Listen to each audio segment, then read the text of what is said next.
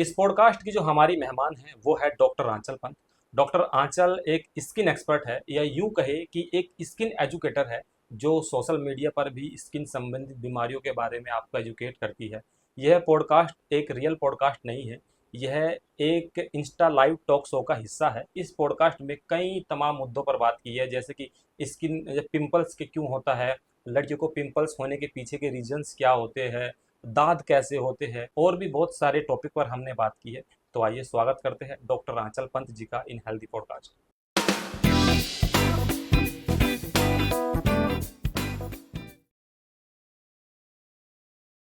Hi ma'am. Hello, hello, welcome to healthy podcast ma'am. thank you. Okay ma'am, मैं बता रहा था अभी आपके बारे में हम्म और लोगों से बोल रहा था कुछ सवाल अगर आपके हैं तो सीधा आप मैम से पूछ सकते हैं, सीधा उनसे आप अपने जवाब पा सकते हैं। हम्म तो मैम आप तो जी हम बीच बीच में क्वेश्चंस लेते रहेंगे जी जी जी ताकि उनके भी जी अगर वो टॉपिक रिलेटेड कोई क्वेश्चंस हो तो हम उसको भी एड्रेस कर पाएंगे। बिल्कुल बिल्कुल बिल्कुल। तो मैं थोड़ा सा पहले मैम मैम के बारे में एक बहुत अच्छी बात मैं बता दूं, ये डॉक्टर ही नहीं है, एक कंटेंट क्रिएटर भी है और हेल्थ सेक्टर में खासकर स्किन डिजीज को लेकर के इनका एक ये लिखती है अपने इंस्टाग्राम पे स्किन एजुकेटर। तो एजुकेट करती है आप लोगों को ताकि आपको अपनी स्किन की हेल्थ के बारे में अच्छी अच्छी तरह से पता हो।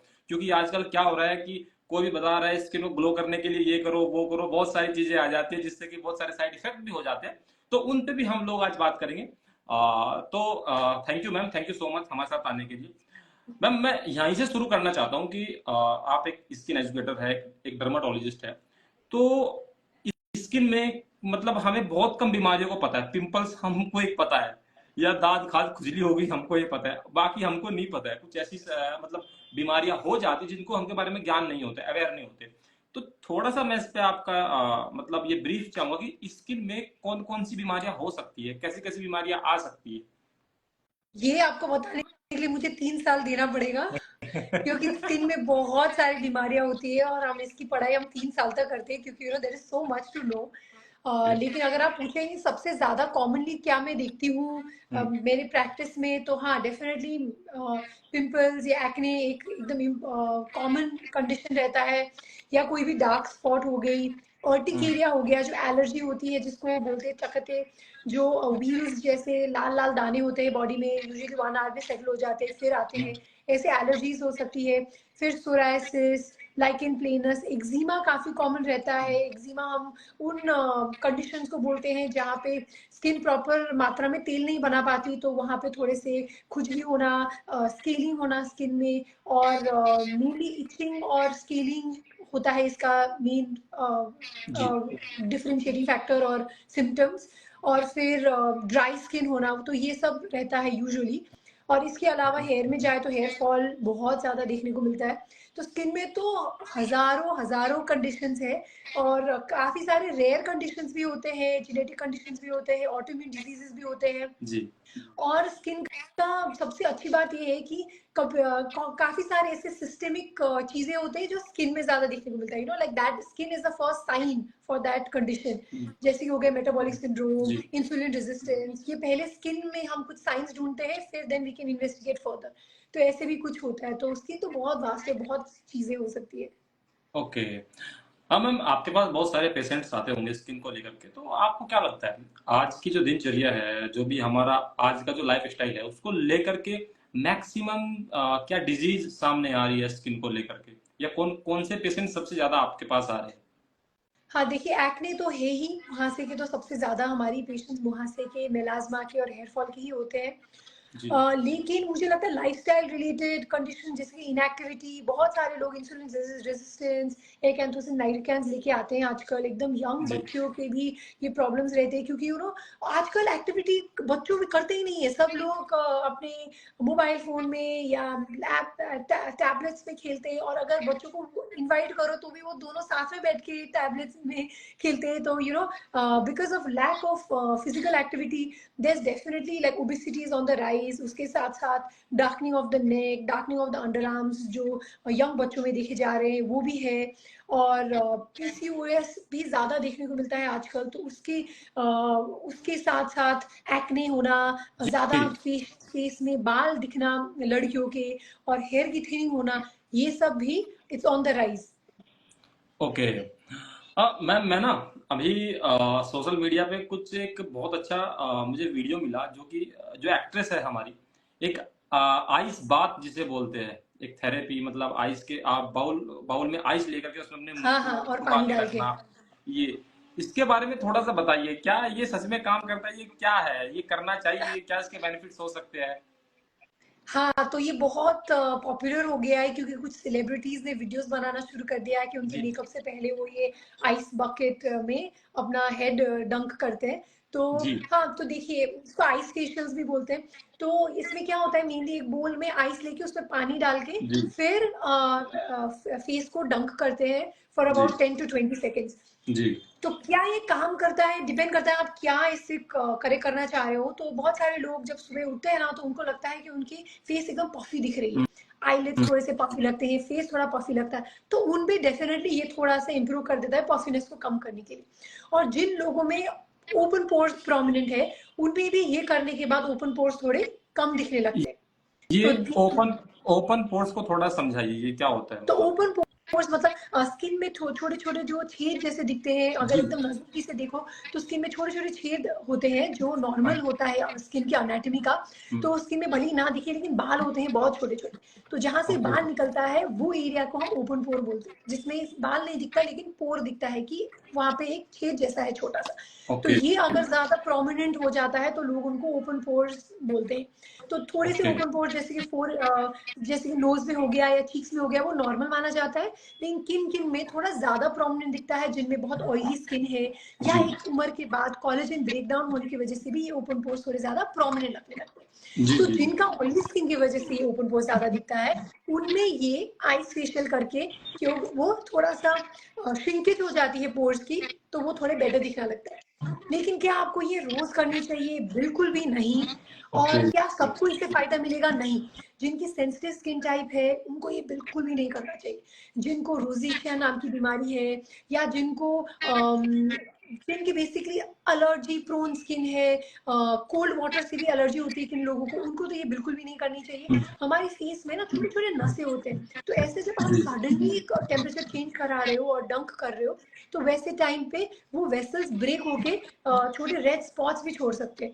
और जिनके स्किन में मेलाज्मा हो, झाइयाँ की बीमारी हो, उनको भी ये नहीं करनी चाहिए, क्योंकि ये इंसल्ट से भी ये स्किन और ज्यादा खराब होना और ज्यादा इरिटेट होना ऐसा देखा जा सकता है। तो किस लोगों को थोड़ा फायदा मिल सकता है पफिनेस कम होने में या ओपन पोर्स कम होने में, लेकिन सबको ये फायदा नहीं देगा और सबको नहीं करनी चाहिए। ओके। मैम, एक बहुत अच्छा टर्म है खासकर लड़कियों के लिए, क्योंकि जब वो चीजें उनके चेहरे पे होती है ना, तो मतलब मुझे लगता है भूचाल आता है, जिसे बोलते हैं पिंपल्स। एक पिंपल्स जो है, ऐसा लगता है कि ये दुनिया की सबसे बड़ी बीमारी है लड़कियों के लिए, अक्सर ऐसा देखने को मिलता है। बट ये पिंपल्स, मतलब इसका मैं एक आसान भाषा में आपसे समझना चाहता हूँ। पिंपल्स होता कैसे है? किन गलतियों से होती? कि कोई ना कोई गलती तो हुई होगी, इसी वजह से वो हुआ है। हमारे खाने पीने में या हमारे रहन सहन में हम कुछ प्रोडक्ट्स इस्तेमाल करते हैं उनको लेकर के। तो इसके बारे में थोड़ा सा आप बता दीजिए कि पिंपल्स इस वजह से होता है, ये गलती अक्सर हम कर जाते हैं, और इन्हें आसानी से ठीक किया जा सकता है घर पे, अगर ऐसा पॉसिबल है तो। तो देखिए पिंपल्स एक एकदम कॉमन कंडीशन है। लेकिन ये बात एक है, जैसे कि बहुत सारे स्किन कंडीशंस में होता है, आपके हाथ में नहीं उसको कम्प्लीटली कंट्रोल करना।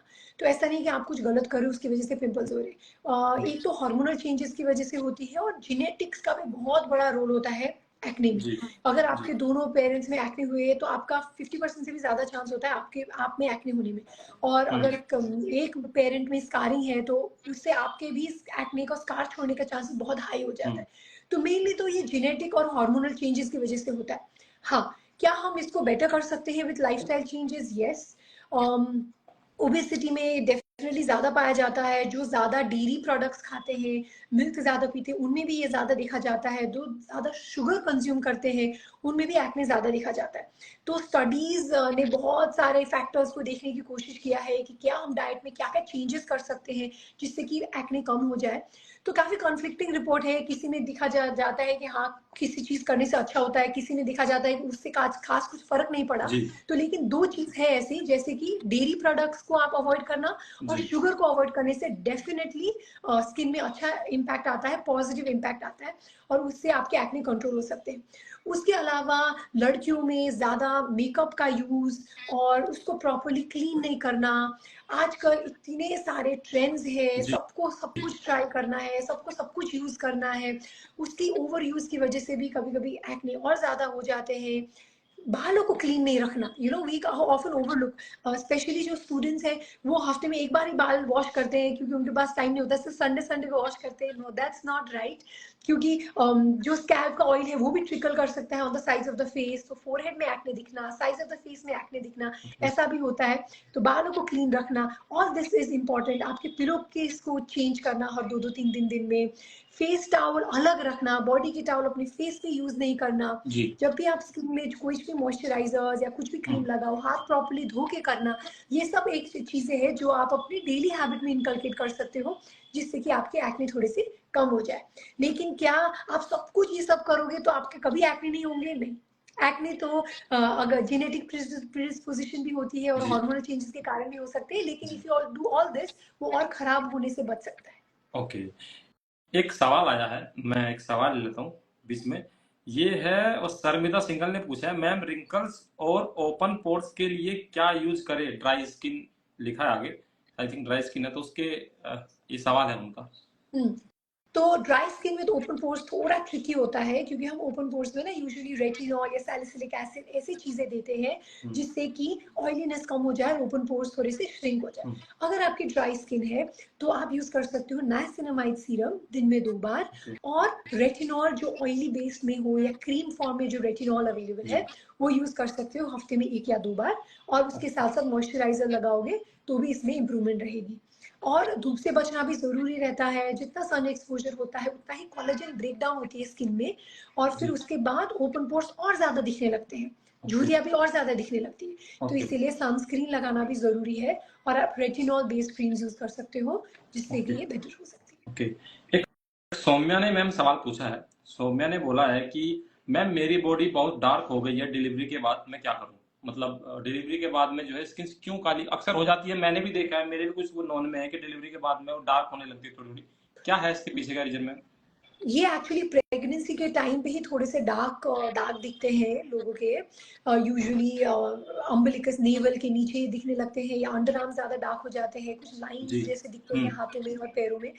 जी ये हार्मोनल चेंजेस की वजह से होती है। तो ये जो ओके डार्कनेस है यूजुअली 3 to 4 मंथ से बिल्कुल चली जाएगी।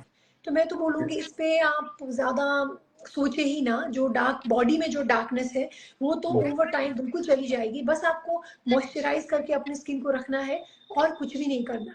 लेकिन हाँ, जो प्रेग्नेंट है उनके ना मेलाज्मा भी शुरू होता है फर्स्ट टाइम प्रेगनेंसी में, या प्रेगनेंसी के बाद में झाइयाँ आना जी वो जी होता है। तो उसके लिए ओके आपको प्रिस्क्रिप्शन बेस्ड क्रीम्स यूज करनी पड़ेगी। ओके उसके साथ साथ आप अगर सनस्क्रीन भी लगाओगे तो उसमें अच्छा असर आता है। लेकिन बॉडी की डार्कनेस की मैं तो बोलूंगी चिंता ना करें, वो यूजुअली 3 to 4 मंथ से काफी हद तक लाइट हो जाएगा और नॉर्मल स्किन वापस आ जाएगी।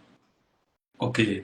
एक सवाल है मैम, चंद्रयान सिंह का सवाल है, कह रहे हैं कि ma'am I am facing tending problem from few years, मतलब उसको कैसे ठीक कर सकते हैं?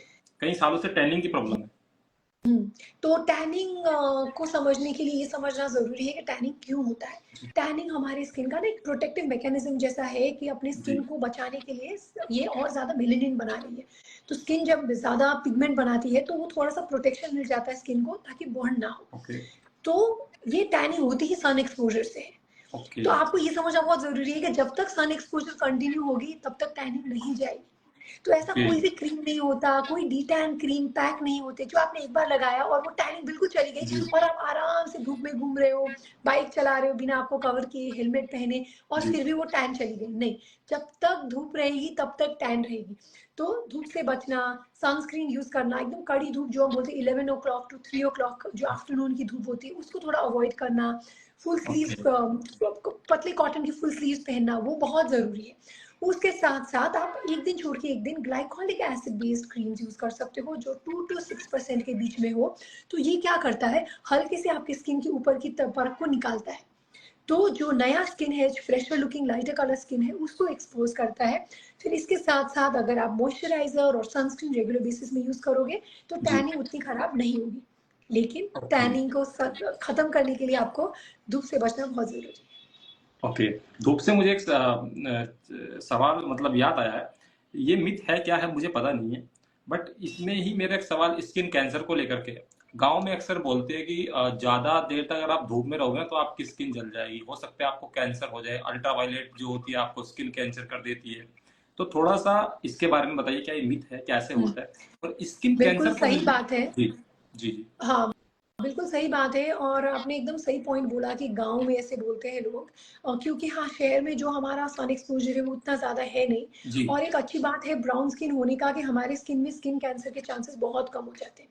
जी जो लाइट स्किन कलर होते हैं, कॉकेशियंस होते हैं, यूरोपियंस, अमेरिकन्स, ऑस्ट्रेलियंस, उनमें स्किन कैंसर की इंसिडेंस बहुत हाई होती है हमारे कंपैरिजन में। स्पेशली ऑस्ट्रेलिया में, क्योंकि वहाँ पे धूप भी होती है और उनकी स्किन भी बहुत कम होती है उस स्किन में मेलेनिन।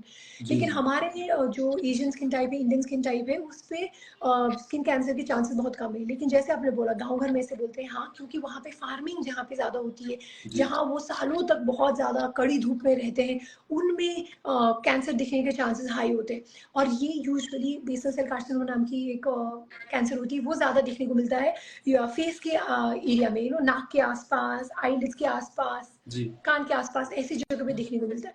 तो हाँ, अगर ऐसी काली जैसी तिल लग रही है आपको चेहरे में, जो अचानक से बढ़ रही है, या उसमें खुजली हो रही है, या वो काले तिल में खून निकल रहा है, वहां अल्सर जैसा बन रहा जी। है, या वो अचानक से उसका साइज बढ़ गया, तो अगर आपको चेंजेस ऐसे दिखते हैं तो आपको डेफिनेटली एक डर्मेटोलॉजिस्ट को कंसल्ट करनी चाहिए। ओके। एक सवाल है मैम, मलाइका जी का एक सवाल पूछा है, फेशियल हेयर क्या परमानेंट रिमूव हो सकते हैं, उनको कैसे रिमूव कर सकते हाँ, हैं? तो फेशियल हेयर डेफिनेटली रिमूव हो सकती है अगर आप लेजर हेयर रिडक्शन कराओगे तो। लेकिन जी इसमें बहुत बड़ा एक इंफॉर्मेशन गैप है। जैसे आप फ्रेशली वैक्स या थ्रेड कराते हो वैसा नहीं हो सकता। जी। लेकिन आपका जो बाल है वो 90%, 80 to 90% तक कम हो सकती है। ओके। और जो 10% बाल आएंगे वो इतने पतले आएंगे कि वो ज्यादा दिखेंगे नहीं। लेकिन प्रॉपर कैंडिडेट सिलेक्शन करना लेजर हेयर रिडक्शन में बहुत इंपॉर्टेंट है। अगर जी आपके एकदम पतले पतले बाल है, जो अपर लिप में जो लड़कियों के होते हैं, या जी। जी थोड़े थोड़े चिन में बाल है, जो जो आप निकालते भी नहीं हो, या आप 3-4 महीने में एक बार निकालते हो, या आपको ज्यादा फर्क भी नहीं पड़ता, कभी कभी दिखता है, तो ऐसे बाल तो आप लेजर नहीं कराओ, उससे आपको ओके। खास रिजल्ट नहीं मिलेगा। अगर आपके ऐसे बाल हैं जो एकदम दिखते हैं, थोड़े काले हैं, थोड़े डार्क है, थिक है, तो ऐसे में लेजर बहुत अच्छा काम करता है। तो मैं पेशेंट्स ओके। को ये बोलती हूँ कि अगर आप महीने में 1 या 2 बार से ज्यादा आप बाल निकालते हो तो फिर आपको लेजर करनी चाहिए, उससे आपको बहुत अच्छा रिजल्ट मिलेगा। लेकिन अगर आपका ऐसे पतले बाल है जो ना निकाले तो भी चलेगा, या तीन जी। चार महीने में एक बार निकालते हो, तो उसमें आपको लेजर से इतना ज्यादा इंप्रूवमेंट नहीं आएगी। लेकिन डेफिनेटली लेजर हेयर रिडक्शन एक बहुत अच्छा जरिया है आपके ज्यादा हेयर को कम करने के लिए। इंक्रीज ओके फेशियल हेयर को डेफिनेटली इंप्रूव करता है। मैम, पहले ना एक ऐड आता था कि मतलब अपनी त्वचा को निखारे, ये गोरा कर रही है, ये एक मिथ है क्या, ये सोसाइटी का एक हवा भी मुझे लगता है कि है। और फेयर एंड लवली पे केस हो गया था ऐसे ही करके, क्योंकि इसका थोड़ा सा स्टोरी मुझे इसलिए पता है कि फेयर एंड लवली का जो नाम बदला गया है, ग्लो एंड लवली उसने किया है बाद में, कि एक लड़की ने सिर्फ उस पर इसलिए केस किया था कि उसकी शादी टूट गई थी जस्ट बिकॉज ऑफ कि उसकी मतलब वो थोड़ी सांवली थी और उसको लगा कि वो फेयर एंड लवली लगाने से थोड़ा गोरी हो जाएगी, और जिसके बाद में नहीं हुई, इसने जाके कोर्ट में केस कर दिया, जिसके बाद कोर्ट ने फैसला सुनाया कि आप ऐसे किसी को भी मतलब प्रॉमिस नहीं कर सकते कि आप गोरे हो जाएंगे। तो मेरा यही सवाल है कि क्या क्रीम से गोरा हुआ जा सकता है? शॉर्ट आंसर है नहीं। आपका नॉर्मल नेचुरल स्किन कलर कभी भी चेंज नहीं हो सकती। और फेयर एंड लवली ने बहुत लड़कियों की इमोशंस के साथ खेला है, जेनरेशन तक इसके ट्रॉमा झेले जा रहे हैं। आज भी जी मेरे पास स्मॉल जी लड़की आती है, उनके मदर्स बोलते हैं कि इनको गोरा करो ये। जी। तो it's instilled in people's mind कि नहीं, कुछ क्रीम लगा के गोरा हो सकते हैं, बिल्कुल भी नहीं हो सकता। आपके नॉर्मल स्किन कलर बिल्कुल चेंज नहीं हो सकती। लेकिन जब भी मैं ये बोलती हूँ तो लोग बोलते हैं, नहीं, मेरे क्लास में एक लड़की जो एकदम सांवली थी और उसको मैंने अभी देखा 10 साल के बाद उसकी बिल्कुल भी स्किन चेंज हो गई, तो उसने क्या किया? तो ये क्या होता है, usually between 10 to 16 years of age, जब बहुत ज़्यादा आप धूप में खेलते हो, आपका टैनिंग होती है, तो ऐसे कुछ कुछ लोग होते हैं जिनका स्किन एकदम जल्दी से टैन हो जाता है, जिनका स्किन एकदम रिएक्टिव हो जाता है और मेलेनिन ज़्यादा प्रोड्यूस करने लगता है। तो वो 16-17 तक, मान के चलो 12th स्टैंडर्ड खत्म हो गई, उसके बाद वो कॉलेज गई, उसके बाद उन्होंने जॉब लिया, तो फिर उनका पूरा लाइफस्टाइल चेंज हो गई, थोड़ा इंडोर्स रहने लग गए या कैबिन में रहने लग गए और ज़्यादा सन एक्सपोजर नहीं हुआ, तो उनका डेफिनेटली स्किन कलर एकदम चेंज हो जाएगा, तो आपने उनको देखा है 14-15 में जब बहुत ज्यादा वो बाहर खेलती थी, और आपने अब देखा है 25 में जब वो एकदम डेस्क जॉब करती, फिर आपको लगेगा नहीं वो कैसे गोरी होगी। So that is the one of the reasons why people fail to understand कि स्किन, नेचुरल स्किन कलर बिल्कुल भी चेंज नहीं हो सकता। हाँ, अगर आपकी टैनिंग है वो डेफिनेटली इंप्रूव हो सकता ही है, अगर थोड़ी सी अनइवन स्किन टोन है वो बेटर हो सकती है, tanning, uneven skin tone, dark spots, acne dark spots, जिससे कि आपकी स्किन थोड़ी सी डल लग सकती है, वो डेफिनेटली इंप्रूव हो सकता है। अगर आप रेगुलर बेसिस में सनस्क्रीन लगाओगे, कुछ बेसिक स्किन केयर भी करोगे, तो आपकी स्किन टोन डेफिनेटली इंप्रूव हो सकती है, चेंज नहीं हो सकती। ओके, एक सवाल आया मैम, और सवाल ये है, सार्थक सुख जी का सवाल है कि serum for men's oily skin with blackheads, under eyes, dark circle, ऐसा कोई सीरम है? उनका वो सीरम जानना चाहते हैं कि इस तरह कोई सीरम कौन कौन से कंडीशंस के लिए? ब्लैक हेड्स, हाँ, oily skin with blackheads, under eyes, dark circle. नहीं तो एक ही चीज से तो सारी चीजें नहीं जाएंगी। तो अगर आपकी ब्लैक हेड्स है तो उसमें सैलिसिलिक एसिड सीरम अच्छा काम करेगा, और डार्क सर्कल्स भी एक एकदम प्रॉब्लमेटिक कंडीशन है। तो डार्क सर्कल्स भी देखिए क्रीम से नहीं सही हो सकते, बहुत सारे डार्क सर्कल जो होते हैं, क्योंकि डार्क सर्कल्स में बहुत सारे कंपोनेंट होते हैं। स्ट्रक्चरल डार्क सर्कल होता है जहाँ जहाँ पे आंख थोड़े अंदर तक गड़े हुए हो और उसकी शैडो की वजह से डार्कनिंग आ रही हो, तो वो तो आपका सिर्फ क्रीम्स लगाने से नहीं जाएंगे। या एक्चुअल डार्कनिंग है कि आपकी स्किन एक्चुअली डार्क है, या यहाँ पे स्किन पतली है जिसकी वजह से नसें दिख रही है, उसकी वजह से आपका डार्क लग रहा है, या क्या आपको एलर्जीज है, आंख रगड़ने की आदत है जिससे कि झुर्रियां यहाँ आ रही, उसकी वजह से आपकी स्किन डार्क लग रही है। तो कॉज पता करना बहुत ज्यादा जरूरी होता है। जब कॉज पता होता है तभी वी कैन एड्रेस इट। तो क्या एक क्रीम है जो एकदम जादू की तरह सारे डार्क सर्कल्स को हटा सकती है? बिल्कुल भी नहीं। ओके, एक मैम यशा जी ने सवाल पूछा है कि facial laser hair removal is good option for PCOD women. Yes, जिनको yes, PCOD it's a good option.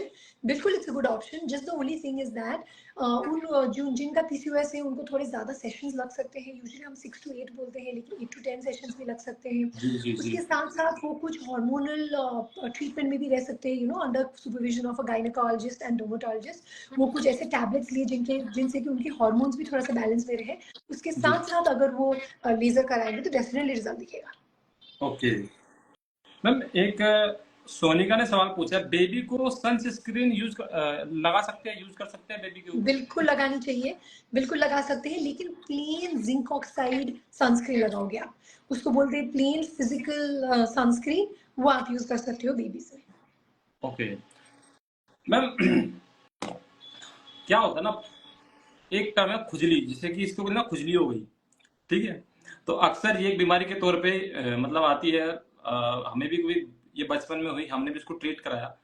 तो स्किन पे खुजली वाली जो बीमारी होती है वो कैसे आती है, किन कारणों से आती है?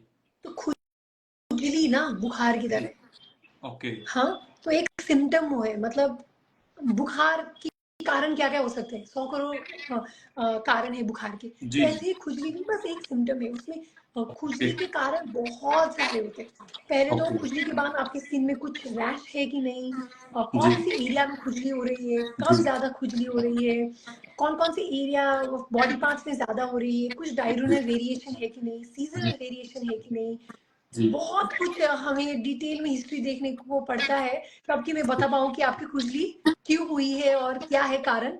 तो बहुत सारे कारण होते हैं खुजली के, और स्किन में निशान है कि नहीं खुजली के साथ साथ वो पहले पता करना पड़ता है, उसके बाद जो खुजली की बीमारी है उसको हम इलाज कर सकते हैं। लेकिन जो एक कॉमन दो चीजें सब बहुत कॉमन है, अगर खुजली है तो दो चीजें सबसे ज्यादा कॉमन है। एक है अर्टिकेरिया।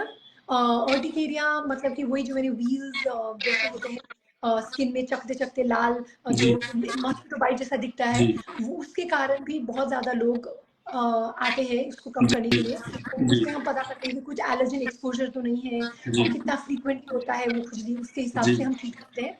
फिर दूसरा होता है एटोपिक डर्मेटाइटिस या एनी टाइप का एक्जिमा। तो जब स्किन बहुत ड्राई हो जाती है और वो ऑयल पर प्रॉपरली नहीं बना पाती, तो स्किन का बैरियर जो है वो डैमेज हो जाती है। तो उसके ओके बाद पहली सिम्टम ही आपको खुजली से शुरू होती है। तो ये दोनों चीज में सबसे ज्यादा कॉमनली देखने को मिलता है खुजली के साथ, लेकिन खुजली के तो बहुत ही ज्यादा कारण होते हैं, बुखार जैसा ही है। तो एक्चुअली कॉज पता करना बहुत ज्यादा इंपॉर्टेंट है। ओके मैम, एक सवाल है ऋषु जी का, उनके लिप डार्क है, बोला ma'am please suggest, lip dark है उसके लिए कुछ सजेस्ट कीजिए कि उनको थोड़ा सा पिंक किया जाए, मतलब उनका कलर थोड़ा सा बदला जाए, तो कुछ ऐसी है रेमेडी या फिर ट्रीटमेंट? हम्म, हम्म, हम्म।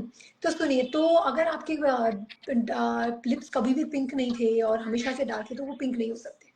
ओके। ओके हमारे स्किन टाइप में किसी के भी लिप्स पिंक नहीं होते, बहुत कम लोगों के पिंक होते हैं।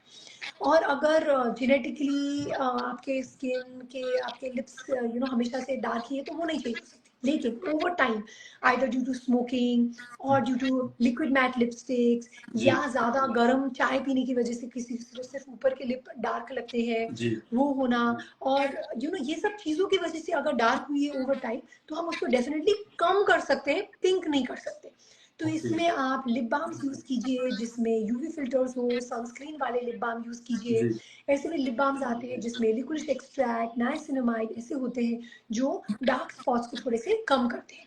तो ये यूज करके आप अपने डार्कनिंग को कम कर सकते हो। लेकिन अगर किसी का लिप हमेशा से डार्क था तो वो क्या कुछ क्रीम लगा के चेंज हो सकती है क्या? नहीं, नहीं हो सकती। ओके। एक सौम्य जी है, उन्होंने जिन्होंने पीसीओडी पे सवाल पूछा था, उन्होंने दूसरा सवाल ये आपके लिए है, ये पूछ रहे हैं मैम आपसे कि आप ऑनलाइन कंसल्ट कर सकते हैं क्या? एक्चुअली मैं ना बहुत ज्यादा ऑनलाइन कंसल्टेशन लेती थी, फिर मुझे लगा कि वो थोड़ा अनफेयर हो गया पेशेंट के लिए, कभी वो प्रॉपरली पिक्चर्स ना भेजना, जी मैं उनको अच्छे से समझा नहीं पाई और वो अच्छे से मेरी बातें समझ नहीं पाए। जी तो जी इसलिए मैंने पूरा ऑनलाइन कंसल्टेशन एकदम बंद कर दिया है। तो अगर मेरे पास एक बार क्लिनिक में आते हैं, मैं प्रॉपरली उनको एग्जामिन करती हूँ, वो ना बात ही अलग होती है। जी जी वो पूरा खुल के बात करते हैं, मैं पूरा प्रॉपरली एग्जामिन कर पाती हूँ। तो मुझे लगा कि वो थोड़ा मिसिंग था ऑनलाइन कंसल्टेशन में, तो इसलिए मैंने बंद कर दिया है। ओके लेकिन एक बार क्लिनिक में आते हैं तो उनका फॉलो अप मैं ऑनलाइन कर सकती हूँ, लेकिन मैं ऑनलाइन कंसल्टेशन आजकल नहीं करती। ओके मैम, एक अक्षय ने सवाल पूछा है कि मैम मैन के लिए, मतलब मर्दों के लिए एक अच्छा फेस वॉश कौन सा हो सकता है, जो कि लड़कियों के लिए तो बहुत है, पर उनके हाँ, लिए क्या हो सकता है? हाँ, जी तो देखिए, बहुत सारे लड़कों को लगता है कि जो स्किन केयर की प्रोडक्ट्स है वो सिर्फ लड़कियों के लिए, बिल्कुल नहीं, जी सारे प्रोडक्ट्स दोनों जेंडर्स यूज कर सकते हैं। ऐसे कोई जेंडर बायस बिल्कुल भी नहीं है। क्योंकि लड़कों का स्किन थोड़ा सा थिक होता है, जी थोड़ा ऑयली एक्ने प्रोन होता है, जी उनकी नोज में ब्लैकहेड ज्यादा देखने को मिलता है, फोरहेड में जी एक्ने ज्यादा होता है। जी तो इसकी वजह से कोई salicylic acid based face wash अगर आप यूज करोगे या कोई जी फोमिंग फेस वॉश यूज करोगे जी तो उससे आपकी ऑयलीनेस भी कंट्रोल रहेगी और आपको ओवरऑल स्किन थोड़ी सी बेटर दिखेगी। बस that is okay the only thing. Otherwise जो भी मार्केट में जो भी अवेलेबल है प्रोडक्ट्स जो मार्केट किया जाता है लड़कियों के ऊपर, वो लड़के भी यूज कर सकते हैं, not a problem at all. Okay ma'am, Pooja Sidhu का एक सवाल है, और ये सवाल मुझे लगता है हर किसी को ये समस्या है, मुझे भी है, बट इसके लिए इन्होंने पूछा है कि जो डार्क सर्कल होते हैं, क्या इसको ठीक करने की कोई मतलब क्रीम होती है? मैम इस पर थोड़ा सा आप अच्छे से एक बार ये खुल के बताइए, ये क्यों होता है, डिटेल में किन समझा कारणों ही से दूँ। होता है? हाँ, मैंने जी ऊपर ऊपर से पहले बताया। जी हाँ, ठीक है। तो देखिए, तो मैंने जैसे बोला ना, डार्क सर्कल्स में बहुत सारे कंपोनेंट होते हैं, सिर्फ जी स्किन डार्क नहीं होती। जी क्या आपके आंख एकदम अंदर तक गड़ा हुआ है? जी क्या वो शैडोज की वजह से आपकी skin under the eyes dark है? क्या एक्चुअली आपका डार्कनिंग है? क्या आपके यहाँ पे स्किन पतली है जिसकी वजह से नसें दिख रहे हैं, जिसकी वजह से डार्कनिंग लग रही है? क्या आपकी झुर्रियां हैं जिसकी वजह से आपकी स्किन वहां पे और ज्यादा डार्क लग रही है? तो ये सारे कारण पहले तो हमें देखने पड़ते हैं और एक बार जांच करनी पड़ेगी, तब मैं बता पाऊंगी कि डार्क सर्कल्स बेटर हो सकते हैं कि नहीं। लेकिन मोस्टली जो लोगों के एकदम डार्कनिंग है वो 100% नहीं जा सकता। यूजुअली 50 to 60% तक लाइट हो सकती है। और उस पर आप यूज कर सकते हो कुछ ऐसी क्रीम्स जिसमें हो either vitamin C, kojic acid, liquorice extract, niacinamide, जो माइल्ड स्किन लाइटिंग एजेंट्स होते हैं। कुछ बोटानिकल एक्सट्रैक्ट्स भी इसमें काम करता है। तो उससे आपकी आंखों के नीचे की जो स्किन है वो थोड़ी सी उसकी डार्कनेस कम हो सकती है। इसके साथ साथ आप अगर हाइलुरोनिक एसिड बेस्ड सीरम्स भी लगाते हो तो उससे थोड़ी सी प्लम्पिंग इफेक्ट आएगी, झुर्रियाँ थोड़ी कम दिखने लगेगी और आपको लगेगा कि डार्क सर्कल्स भी थोड़े कम दिख रहे हैं। लेकिन क्या एक क्रीम से सारे टाइप के डार्क सर्कल जाएंगे? क्या बिल्कुल नहीं। हमें कारण पता करना पड़ेगा, और कारण पता करने के बाद भी क्या 100% उसको करेक्ट किया जा सकता है? नहीं। जी अगर आपकी आंखों के नीचे की स्किन ही थोड़ी थिन है तो वो जी नहीं चेंज हो सकती, फिर आपका हमेशा थोड़ा सा डार्क सर्कल्स दिख सकता है। ओके मैम, डाइट का आपकी ओवरऑल हेल्थ में बहुत बड़ा योगदान होता है। आपकी डाइट अच्छी होती है तो आप हेल्दी होते हैं, बट स्किन को हेल्दी रखने के लिए क्या डाइट काम करती है अगर, तो कैसी डाइट हमें लेनी चाहिए, या ऐसी हम कौन सी गलतियां अक्सर आज की लाइफस्टाइल में कर रहे हैं जिससे कि हमको लगता है जिससे कि हमारी स्किन हेल्थ पे मतलब जो निगेटिव इम्पैक्ट पड़ सकता है। बिल्कुल। डाइट का देखिए बहुत बड़ा रोल होता है ओवरऑल हेल्थ में और स्किन में भी। जी तो स्किन में भी जो भी आप देखते हो, इट्स काइंड ऑफ मैनिफेस्टेशन, जो आपकी बॉडी के अंदर हो रहा है उसी का मैनिफेस्टेशन भी होता है काफी सारे स्किन कंडीशंस। जी तो हाँ, definitely taking good care of your health, eating a healthy diet is very important. तो कुछ कुछ चीजें हैं जो आजकल गलतियां हो रही है, वो है कि ज्यादा जंक फूड का इंटेक, बहुत ज्यादा शुगरी आइटम्स खाना, ये सारे एरेटेड ड्रिंक्स आप जितना अवॉइड कर सको उतना बेटर। जी शुगर हमारे स्किन को डिहाइड्रेट भी करता है, उसके जी साथ साथ झुर्रियाँ भी जल्दी आ जाती है। जी शुगर ना हमारी स्किन में एक ऐसे मॉलिक्यूल बनाता है कोलेजन के साथ मिलके, जी कि उसको हम बोलते हैं एजीई, एडवांस ग्लाइकेशन इन प्रोडक्ट्स, जी जिसकी वजह से स्किन ज्यादा ही एज दिखने लगती है। तो शुगर का कंट्रोल करना बहुत ज्यादा इंपॉर्टेंट है हेल्थ के लिए और स्किन की हेल्थ के लिए। ओके उसके अलावा हाई प्रोटीन डाइट लेना, और बहुत सारे एंटीऑक्सीडेंट्स वाले लेना, जैसे कि कलरफुल वेजिटेबल्स हो गए, जी सैलड्स हो गया, वो लेना, वो बहुत ज्यादा जरूरी है आपकी स्किन की हेल्थ को मेंटेन करने के लिए। एक और मिथ है कि लोगों को लगता है कि अगर ड्राई स्किन है तो खूब सारा पानी पियो। हाँ पानी पीने से ऐसा नहीं है कि आपकी स्किन ड्राई होना बंद हो जाएगी, नहीं। दो थोड़ा सा कनेक्शन है, लेकिन जो स्किन का ऑयल प्रोड्यूसिंग कैपेसिटी है और वाटर होल्डिंग कैपेसिटी वो अलग ही है, और आपके पानी पीने से उसके रिलेशन इतना ज्यादा नहीं है। तो अगर आपकी ड्राई स्किन है तो आपको डेफिनेटली मॉइस्चराइजर यूज करना और ऐसे ही सेरेमाइड बेस्ड क्रीम्स यूज करना भी जरूरी है, सिर्फ पानी पीने से वो चेंज नहीं हो सकती। तो आई वुड से या hydration, high protein diet, diet rich in antioxidants और सैलड जिसमें कलरफुल चीजें हो, वो ज्यादा, सॉल्ट और शुगर का इंटेक थोड़ा सा कम करें, ज्यादा फ्राइड फूड ना खाएं, चार्ड, जो स्मोक्ड बोलते हैं वो वाली चीजें भी कम करें, और जो डीप फ्राइड चीजें होते हैं वो कम करें, तो उससे डेफिनेटली स्किन हेल्थ में आपको सुधार मिलेगा। कुकिंग का प्रिपरेशन भी ज्यादा इंपॉर्टेंट है, आप क्या खा रहे हो वो तो इंपॉर्टेंट है ही, आप उसको जी कैसे बना रहे हो that is also very important. बहुत ओवर कुक करना, हाई हीट में कुक करना, उससे भी जो न्यूट्रिशनल वैल्यू है वो चीज की, फूड की, वो भी कम हो जाती है। उसके साथ साथ कुछ इन्फ्लेमेटरी एजेंट्स भी उसमें आ जाते हैं, जिसके खाने के बाद आपको लगता है कि it's not working well for your body. तो ये सब चीजें आपको ध्यान रखनी पड़ेगी कि आप कैसे खा रहे हो, क्या कैसे पका भी रहे हो जो चीज आपके बॉडी जी में जा रही है। ओके मैम, ये पूनम जी का एक सवाल है, पूनम मंजू जी का सवाल है कि पिगमेंटेशन पे बताओ मैम कुछ। हाँ, तो लोग मेलाज़्मा को पिगमेंटेशन यूजुअली बोलते हैं। तो मेलाज़्मा एक कॉमन कंडीशन है, बहुत डिफिकल्ट टू ट्रीट कंडीशन है। यूजुअली फीमेल्स में देखा जाता है between the age of 25, after 25 you see it, usually till 50-55, और फिर मेनोपॉज के बाद वो यूजुअली लाइट हो जाती है। ओके तो ये गाल, दोनों गाल के ऊपर, नाक के ऊपर, अपर लिप और आईब्राउ के ऊपर लाइट ब्राउन पैचेस की तरह दिखते हैं। तो इसके लिए ओवर द काउंटर मेडिसिन इतना ज्यादा अच्छा काम नहीं करता है। ओके इसके लिए प्रॉपर प्रिस्क्रिप्शन बेस्ड क्रीम्स चाहिए, जिसको आपको समझना पड़ेगा एग्जैक्टली कितनी मात्रा में यूज करनी है, कितनी टाइम में यूज करना है। इसलिए मैं वो केमिकल्स के नाम यहाँ नहीं लेना चाहती, क्योंकि लोग ऐसे ही फार्मेसी में जाके लेके शुरू करेंगे यूज करना, क्योंकि उसको अगर प्रॉपरली यूज नहीं करोगे तो और डार्क भी हो सकती है। तो इसलिए प्लीज अपने डर्मेटोलॉजिस्ट को कंसल्ट करके वो करें। उसके अलावा एक बार कंट्रोल में आ जाए, फिर मेंटेन करने के लिए आप glycolic acid, kojic acid, arbutin based creams use कर सकते हो, ताकि वो उतना डार्क ना हो, और जितना आप धूप से बचोगे उतना ज्यादा इसमें बेटर दिखेगी। और दूसरा चीज पिगमेंटेशन का ये भी है कि जो लोग गर्भ निरोधक गोलियां लेते हैं, या जी डिपो इंजेक्शन लेते हैं, जी या जो आईयूडी कॉपर टी जो बोलते हैं वो, लेकिन हार्मोनल वाला जी इंसर्ट करते हैं, उसकी जी वजह से भी कभी कभी ये मिलाजमा और ज्यादा देखने को मिलता है। तो ये सारा हार्मोनल इन्फ्लुएंस भी हमें रूल आउट करनी पड़ेगी। और जो बहुत ज्यादा धूप, मतलब हीट में काम करते हैं, जैसे कि कुकिंग ज्यादा करते हैं, उससे भी मेलाज्मा कभी कभी ज्यादा फ्लेयर अप हो सकता है। तो सिर्फ धूप नहीं, हीट से भी ये फ्लेयर अप देखने को मिलता है।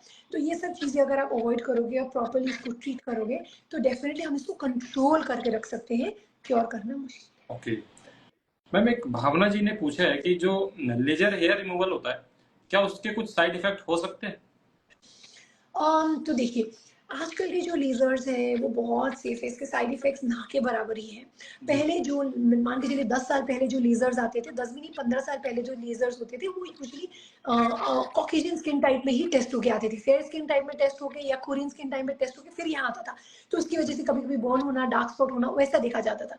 लेकिन आजकल के जो लेजर्स है वो एकदम स्टैंडर्डाइज्ड है for Indian skin type, proper parameters के साथ आते हैं, तो उससे साइड इफेक्ट्स होने के chances are very very minimal. अगर आप डर्मेटोलॉजिस्ट की सुपरविजन में कराओगे तो लेजर से साइड इफेक्ट्स तो कुछ खास होते नहीं। ओके, ये अक्षय जी है, इन्होंने पूछा है कि उनकी कोई छोटी बहन है जिसके चेहरे पे जो है वो जो पस वाले एक्ने होते हैं, पस जिसमें होती है वो वाले है, तो उसकी ट्रीटमेंट के लिए पूछ रही कि क्यों हुआ है, कैसे ठीक हो सकता है? तो अगर आपके पस वाले एक्ने हैं तो आपको डेफिनेटली एक डर्मेटोलॉजिस्ट को कंसल्ट करना पड़ेगा और खाने की दवाइयाँ शायद लेनी पड़ेगी। देखिए, कभी कभी अगर आपका एक्ने होता है महीने में 1 या 2 बार और वो एक्ने 2-3 दिन में चला जाता है, तो फिर वो आप क्रीम्स लगा के उसको मेंटेन करके रख सकते हो। लेकिन एक बार पस वाले दाने हो गए या इतना बड़ा दाना हो गया जो स्कार छोड़ रहा है, दाग छोड़ रहा है या बहुत सारे मुहासे हो रहे हैं, तो उसको प्रॉपरली ट्रीट करना बहुत ज़रूरी हो जाता है।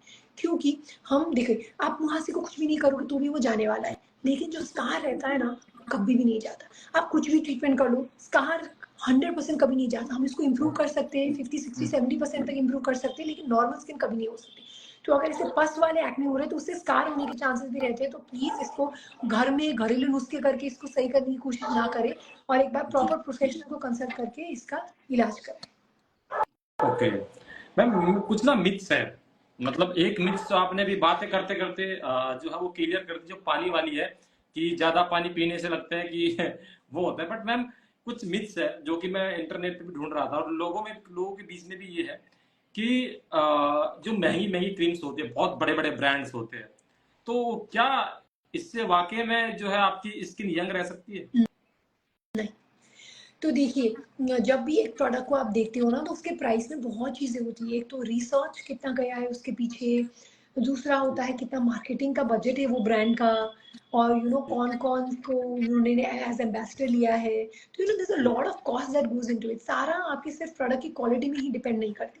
और आजकल तो मुझे लगता है because of this whole advent of skin care, जी। इतने अफोर्डेबल प्राइसेस में आपको इतने अच्छे क्रीम्स मिल रहे हैं जी। कि आपको इतना हाई एंड प्रोडक्ट्स यूज करने की जरूरत ही नहीं है। हाँ, कुछ ओके। कुछ ऐसे अभी भी इंग्रेडिएंट्स है जो रेप्लिकेट नहीं हुआ है, जिनका सस्ता ऑल्टरनेटिव नहीं है, लेकिन वो इतना भी इंपॉर्टेंट नहीं है आपकी स्किन हेल्थ के लिए। वो मतलब एक्स्ट्रा एड ऑन है। अगर आप ऑलरेडी बेसिक्स कर रहे हो और उसके ऊपर आपको कुछ जाना है तो कर सकते हो। लेकिन ऐसा कोई भी क्रीम नहीं है जिससे कि आदमी हमेशा के लिए यंग दिखे, या जो फिल्म स्टार्स यूज कर रहे हैं, जी। बिल्कुल भी नहीं।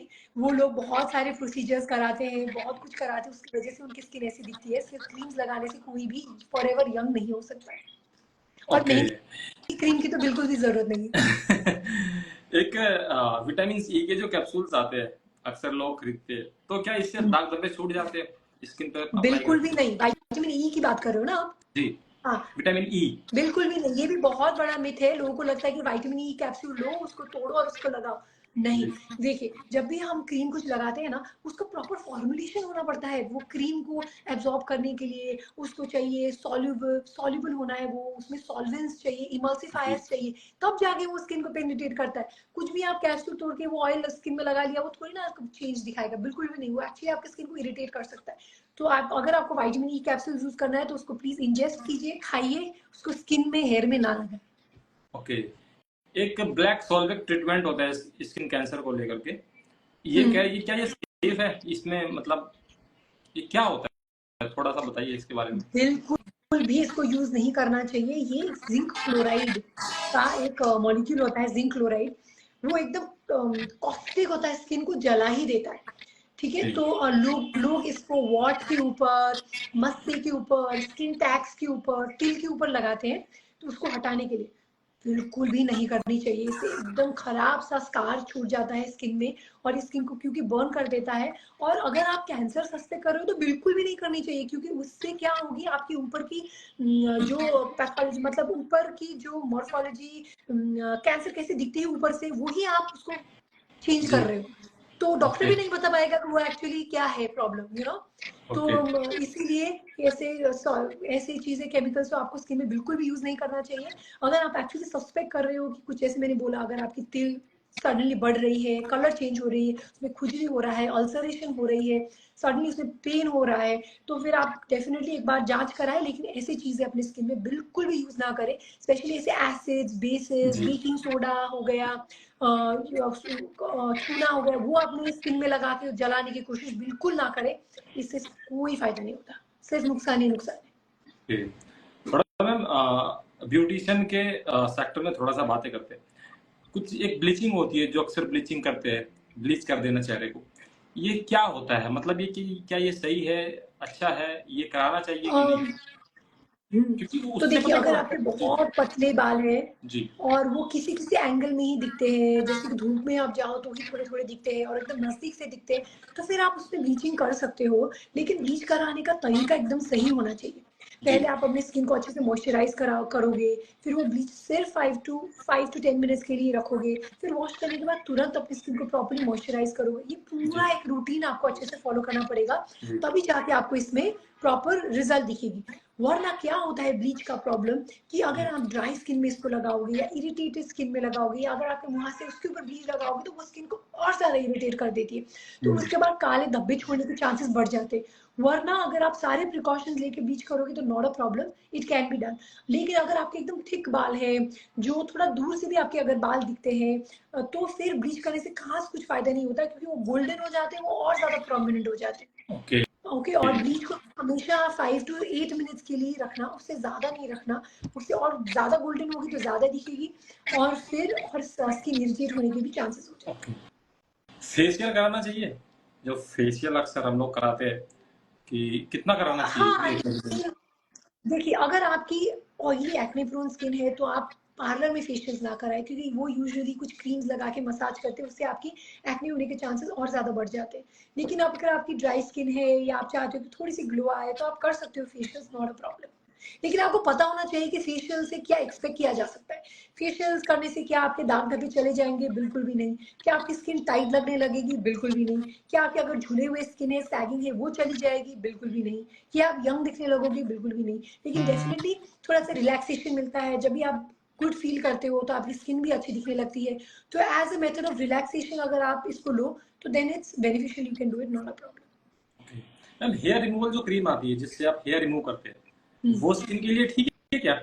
मतलब कितना यूज करना चाहिए? नहीं, वो नहीं, वो मैं यूजुअली रेकमेंड नहीं करती, क्योंकि देखिए थोड़ा सा बायस भी है, क्योंकि मेरे पास भी लोग आते हैं जिनको प्रॉब्लम होती है उससे।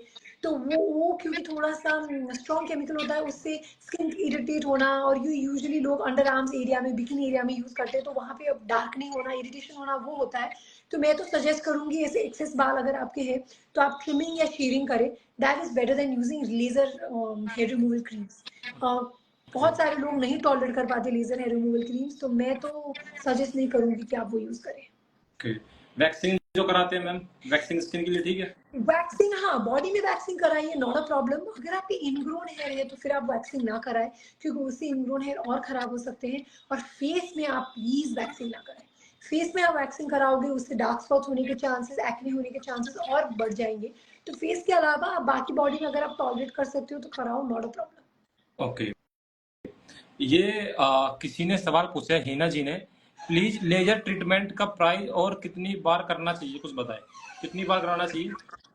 Usually once in a month, about 4 to 6 weeks के गैप में हम करते हैं, 6 to 8 सेशंस। अगर बाल थोड़े पतले हैं या थोड़ा टाइम लग रहा है तो अबाउट 10 सेशंस लगता है उसको कम्प्लीटली इम्प्रूव करने में। ओके। कुछ लोग मैम ये पूछ रहे हैं एंटी एजिंग को लेकर के, कुछ बताइए कि एंटी एजिंग कैसे मतलब अपनी स्किन को करना चाहिए। और जाते जाते मैं मेरा भी यही सवाल है कि एक रूटीन या फिर स्किन को हेल्दी रखने का हमें, हम सभी को डेली किन रूटीन्स को फॉलो करना चाहिए जिससे कि हमारी जो स्किन हेल्थ है वो अच्छी रहेगी? हाँ, तो देखिए एज़ एंटी एजिंग तो ऐसा कुछ होता नहीं है, हम जी सिर्फ स्लो कर सकते हैं एजिंग प्रोसेस को, तो जी स्लोइंग द एजिंग डेफिनिटली हो सकती है। तो एजिंग की बात करें तो डेफिनिटली रेटिनॉल, पेप्टाइड्स और मॉइस्चराइज़र और सनस्क्रीन, ये चीज़ें काफ़ी इंपॉर्टेंट रहती है आपकी झुर्रियाँ को कम करने के लिए। उसके साथ-साथ आप कुछ प्रोसीजर्स कर सकते हो डर्मेटो क्लिनिक में जाके, जैसे कि RF skin tightening, chemical peeling के सेशन, उससे भी आपकी झुर्रियाँ थोड़ी कम दिखने लगेगी, स्किन इवन टोन दिखने जी लगेगी और आपकी थोड़ी-सी स्किन यूथफुल लगेगी। अब आएँगे कि क्या रूटीन हम फ़ॉलो कर सकते हैं स्किन की हेल्थ को मेंटेन करने के लिए, तो मैं तो बोलूँगी एकदम सिंपल रूटीन आप बना सकते हो मॉर्निंग और नाइट। सुबह यूज़ कीजिए एक सिंपल फेस वॉश, उसके बाद आप यूज़ कीजिए एक सीरम और उसके ऊपर एक सनस्क्रीन। बस आपका मॉर्निंग रूटीन इज़ डन।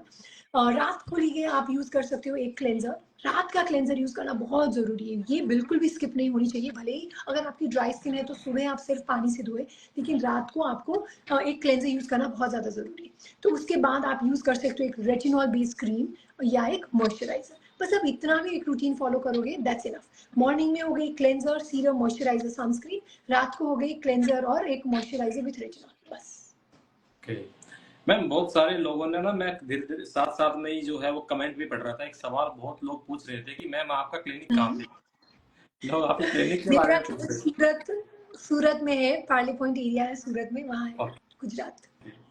चलिए, thank you so much ma'am, बहुत बहुत धन्यवाद आपका हमसे जुड़ने के लिए। बहुत अच्छी इन्फॉर्मेशन दी है, खासकर स्किन को लेकर के, क्योंकि ये एक ऐसा बॉडी पार्ट है जो सबसे ऊपर है, जो लोगों को दिखता है। ये आपकी पर्सनैलिटी का भी एक बहुत बड़ा हिस्सा है, इसीलिए वो डर्माटोलॉजिस्ट और ब्यूटिशियन ना जाने कितनी चीजें इसमें आगे जुड़ जाती है।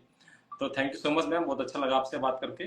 Thank you so much. और थैंक मुझे यू। लगता है कि हमारे जो व्यूवर्स हैं उनको भी बहुत सारी वो बल्कि बहुत सारे सवाल और भी आ रहे हैं मैम, ये कि इसके बारे में बताइए, ये बताइए, वो बताइए, बट समय थोड़ा कम है। बट फिर कभी हाँ, फिर से बाद में कर सकते हैं। मैं बहुत जाते मजा जाते ना, आया मैं मुझे। आपसे एक एक प्रॉमिस मैं सबसे लेता हूँ। ये प्रॉमिस कि हम इन फ्यूचर एक पॉडकास्ट आपके साथ जरूर करेंगे स्किन हेल्थ को श्योर। लेकर के, चाहे अगर आप कभी दिल्ली आए तब, या फिर मैं कभी सूरत आऊं तब, ठीक है मैम, बट हम फॉर ये श्योर। करेंगे। ठीक है मैम। जरूर। Okay, thank you so much thank ma'am, you. Thank you so much. Thank you, bye. Bye bye ma'am.